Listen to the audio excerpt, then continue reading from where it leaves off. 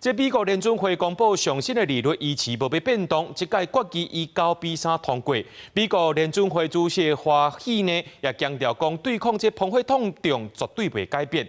那美國四大指數全面收烏，亞洲股市是起起落落，日經指數收盤去0.71，那韓國的綜合股價指數是落1.23%。那講到這台股開盤了後，盤中有衝懸上千點，最後摔落落來，最後是收在咧39,933點，無到4萬點。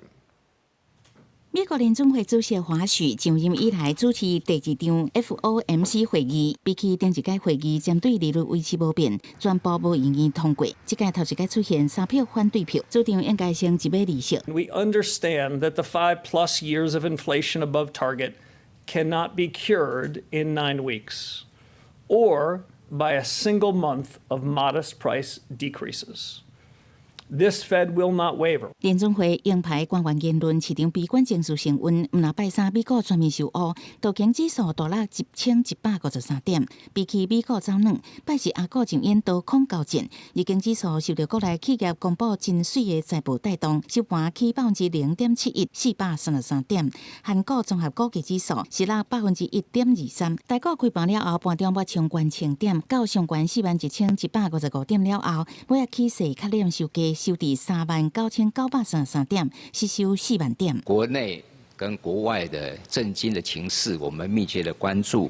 如果有一些失序的狀況，我們會做適度的來處理。寬台股台積電拜四收盤2205起5塊，聯電麥道起停收110塊，起超過7%。全球電源供應器大廠台達電有那召開法說會，顯示第二季營收1832.56億，年增加47.7%，每一股純益9.600塊，攏創下單季歷史新高。雖然台股這陣啊落真濟，不過何謝董事長董祖賢伊認為 AI 前景不變。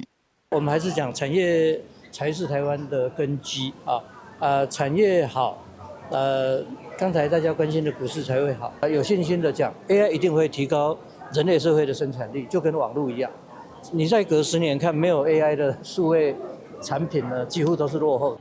金管會表示，為7月27到30，台股落8.52%，比對同款以半導體為主力的美國費半指數落11.6%，韓股是落16.51%。金管會會持續注意市場的變化。記者採訪報道。